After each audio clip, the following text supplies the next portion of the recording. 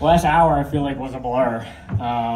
But, you know, I can't say enough about our team and the belief in each other, the belief in our program.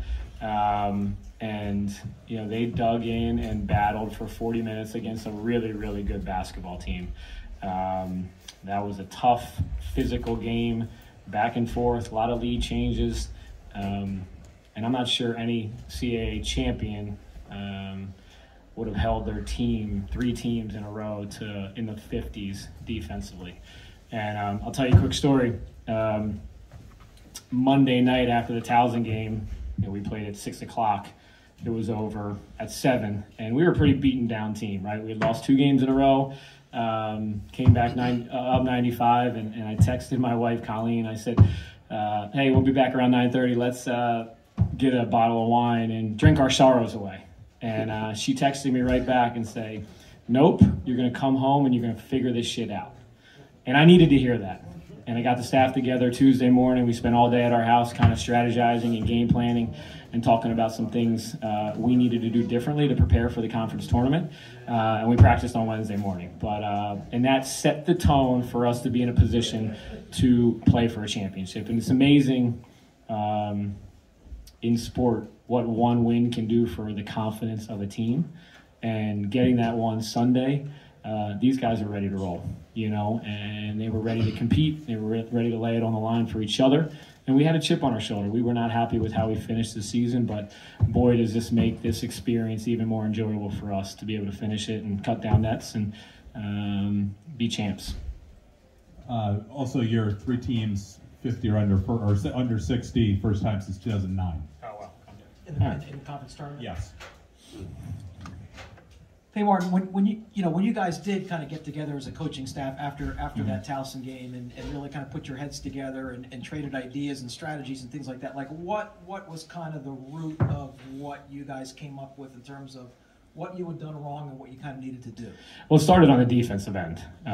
You know, we needed to be better on that end. We needed to be tougher. We needed to be more cohesive. We had just given up 99 points on a Thursday, a tough one on senior day against these guys, and we gave up 41 points in 18 minutes against Towson. So we came with our hard hats on Wednesday morning, and we got back to work, and we needed to kind of change our practice plan to become tougher. These guys had it in them. I had to be able to pull it out of them. We went twice on Wednesday. We didn't reinvent the wheel, but we got back to basics. We got back to some tough stuff on the defensive end, and it was a balance between challenging them, but also getting our guys loose and having fun again. So when we came back in the afternoon, we played a lot. You know, we needed some guys to have some success and see some shots go in. So challenge them with some toughness in both morning and afternoon, and then we finished with some 8-minute periods, like we like to call them. I reference them a lot during the game, especially tonight. You know, I think it was a 1 or 2 point game. Hey, we got an 8-minute game, 8-minute period to play. Let's lock in, and we kept coming back to, can we get 3 stops in a row? 5-on-5, 3 stops in a row, and that's what we did every day leading into when we came down here to play. And these guys can attest to that. And it was not fun. It was tough. It was physical. We mixed up the jerseys. It was really, really competitive. Guys weren't happy with coach. Guys weren't happy with their teammates. But I do think there was a competitive spirit that was brought out during that time that this group really needed, you know, as we faced adversity at the end of the year. Hey, Mark. You know, the thing with being a relatively lower seed, to win it means you had to beat, you know, 3 teams that were seated ahead of you and had, you know, successful seasons. Just kind of talk about that accomplishment, you know, what it means to beat 3 really good teams. Yeah, I mean, I thought about that leading into the game tonight. We had to go through the 4 seed, the 1 seed, and the 2 seed. You know, we earned the title. You know, we have so much parity in our league. Great teams, top to bottom. You knew you were going to have to beat really good basketball teams, but the 2 teams we beat were regular season champions. And I think that says a lot about our team to come down here on a neutral court and get it done. I mean, we won, I think, 13 games now away from our building, and they've been battle tested, right? Neutral court, road games. It makes it even more enjoyable knowing that you went through the best of the best in your conference to get it done. And Delaware, the second team all time to beat 3 higher seeds on its way to a title, joining East Carolina in 1993. Martin, you've been around basketball your entire life, obviously a great career at Notre Dame, and now coming here at Delaware, your 6th season now coaching this team, one of the longest tenured coaches in the entire conference. Where does this rank here in terms of your overall basketball achievements? I mean, obviously, you coming in 5 years ago, bringing in Ryan, bringing in Kevin, Dylan coming a few years later. Just speak to how well, or just speak to where this really ranks in terms of your basketball. Well, you're making me feel old, first of all. It's crazy in our league to be one of the longest tenured coaches in the league. You know, we met as a team on Sunday after losing on senior day, and I told these guys, I said, I've been fortunate to play in the NCAA tournament. I've been fortunate to coach in the NCAA tournament, I think 11 or 12 times. I wanted nothing more for our team than for them to experience it. And we took over a program 6 years ago that was not in a great place. And it wasn't just building a basketball team, it was building a basketball program. We have a program. We have an identity about who we are. We've recruited really, really good basketball players, but even better people. And these guys are a testament to that. You know, it's a joy to go to work every day with these guys and ready to work and push buttons and challenge them every day. And I thank them for trusting in me to get them here. I was fortunate to do it as a player, as a coach, know what it looks like, know what the prep looks like, very much a blueprint for how we prepared leading into the game on Sunday. You know, I'm not sure many teams go out on the court on Saturday and actually play and go 5-on-5. That's what we do. We get 50 minutes on the court. I told our guys we're going to stretch, we're going to get loose, and we're going to get up and down. I think that's a little bit of an advantage for us that we're comfortable on the floor.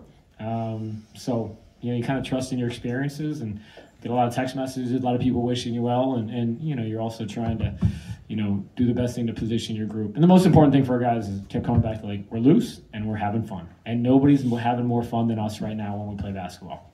In the back.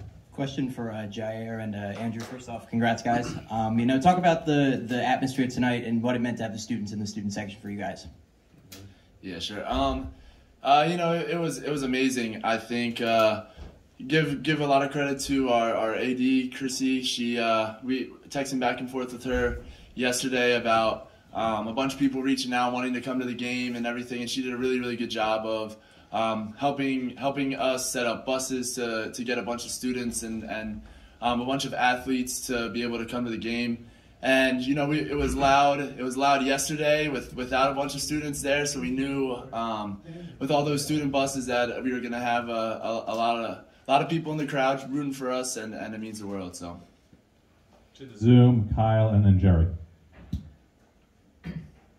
For Jair, you know, in the back half of this season, was there any particular moment where you felt like it all just started to kind of click for you?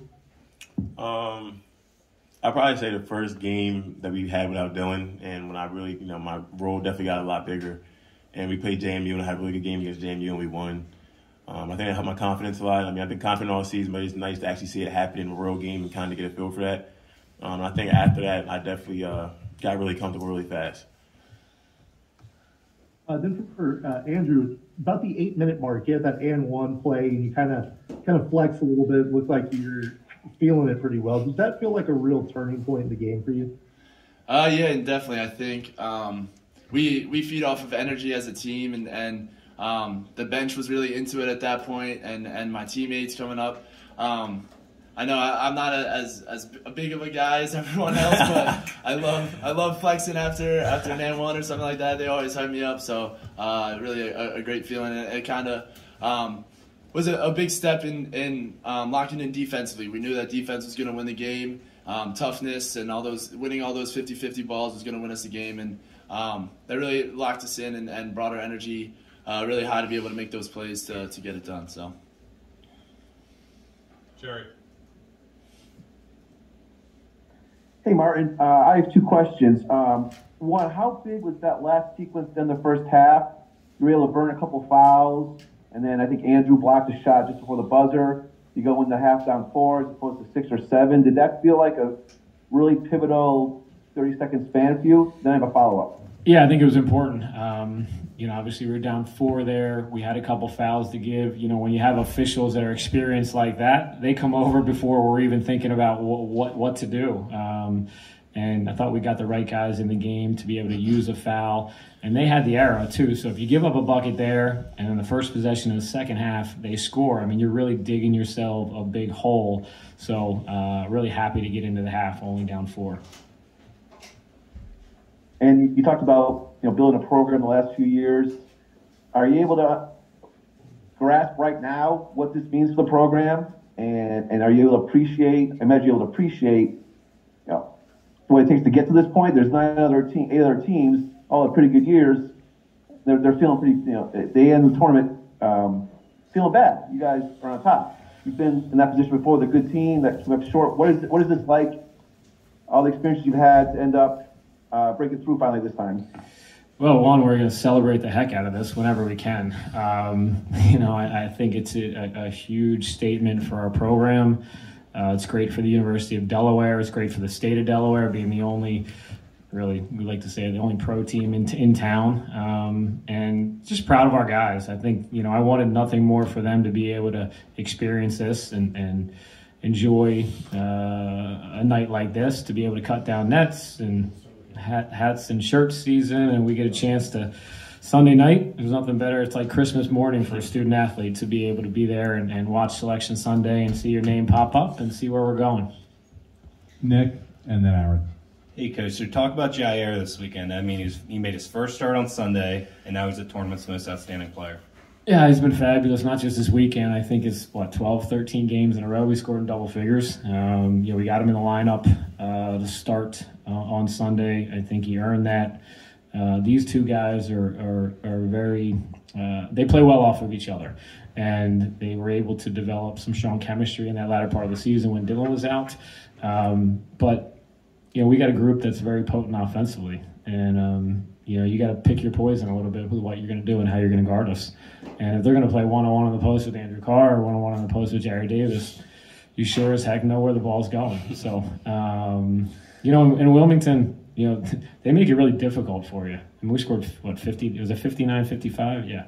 59 points in one. That doesn't happen a whole lot. But that was a championship, high-level, very competitive basketball game. And then, we went to the well there in that last possession. He made a nice turnaround jumper to give us the lead. And, again, it came back to, we had to get stops. We got stops those last couple possessions to win the game and came up with some big rebounds. And Ebby got the big one on the free throw to get it to a 2-possession game. Jair, for you, obviously last year redshirting, and then coming into this year, your first year, you went Rookie of the Year in the league, and then now obviously most outstanding player. Talk about just the journey from last year coming in this year, and then just the way that you'll be able to finish this season off. I really just thank God and thank my coaches. Definitely my first year of college basketball is not what I envisioned it, not high school. It's tough to bounce back for that. I had to continue to believe in myself and continue what I can do as a basketball player. And I got here and had coaches and teammates who believed in me and trusted me. And I think that really just means the world to me. There's nothing more I love than just being out here with them and just playing basketball. And it's something special to have a group of guys who really believe in you. We have an NCAA tournament berth on the line, and he's calling my number. It just means the world to me. And for you, Andrew, you've had a great 3 games here, really just the back half of the season for you. What kind of changed for you? And then tonight, obviously the double-double, what do you think was working for you? And just how did it feel, obviously, when that buzzer went off and you guys, won the chip? Yeah. I think for me personally, I think we as a team have so many different options offensively, defensively, everything. Like Coach kind of said, you got to pick your poison. I think we've had 7 people score over 20 points on our team this year. So that's a real testament to what we can do offensively. Who you have to be careful who you're going to guard, decide what you're going to do against us, I think. And so some nights I'm going to get 2 shots, some nights I'm going to get 10, and that's how it goes. We got to that's how you build a winning team, is everyone buys into that and everyone knows that it might not be my night, but I'm going to work hard as hell defensively and do everything you need to do to win. Was really important. And then what was the second half? How did it feel when that buzzer went off? Man, I always thought, for me personally, the district championship in high school was one of the best days of my life, but I'd have to say this definitely tops this. Number 1 right now. Hey, Andrew. There were a lot of people celebrating when Eddie rebounded that missed free throw. I think you were probably celebrating as much as anybody. Just kind of tell us what that was like, just to kind of see him get that ball. Yeah, definitely a little bit of a relief from me because I clutch free throw time, but it's amazing to know. I mean, Eb has my back all the time, and he's super tough out there. He gets all the loose balls, as you see yesterday, just ripping the ball from people and stuff like that. So that was a real crucial play. And those are the type of plays that win you games, and as you can see, win you championships. So, congrats, guys. Thank you. Thanks, guys.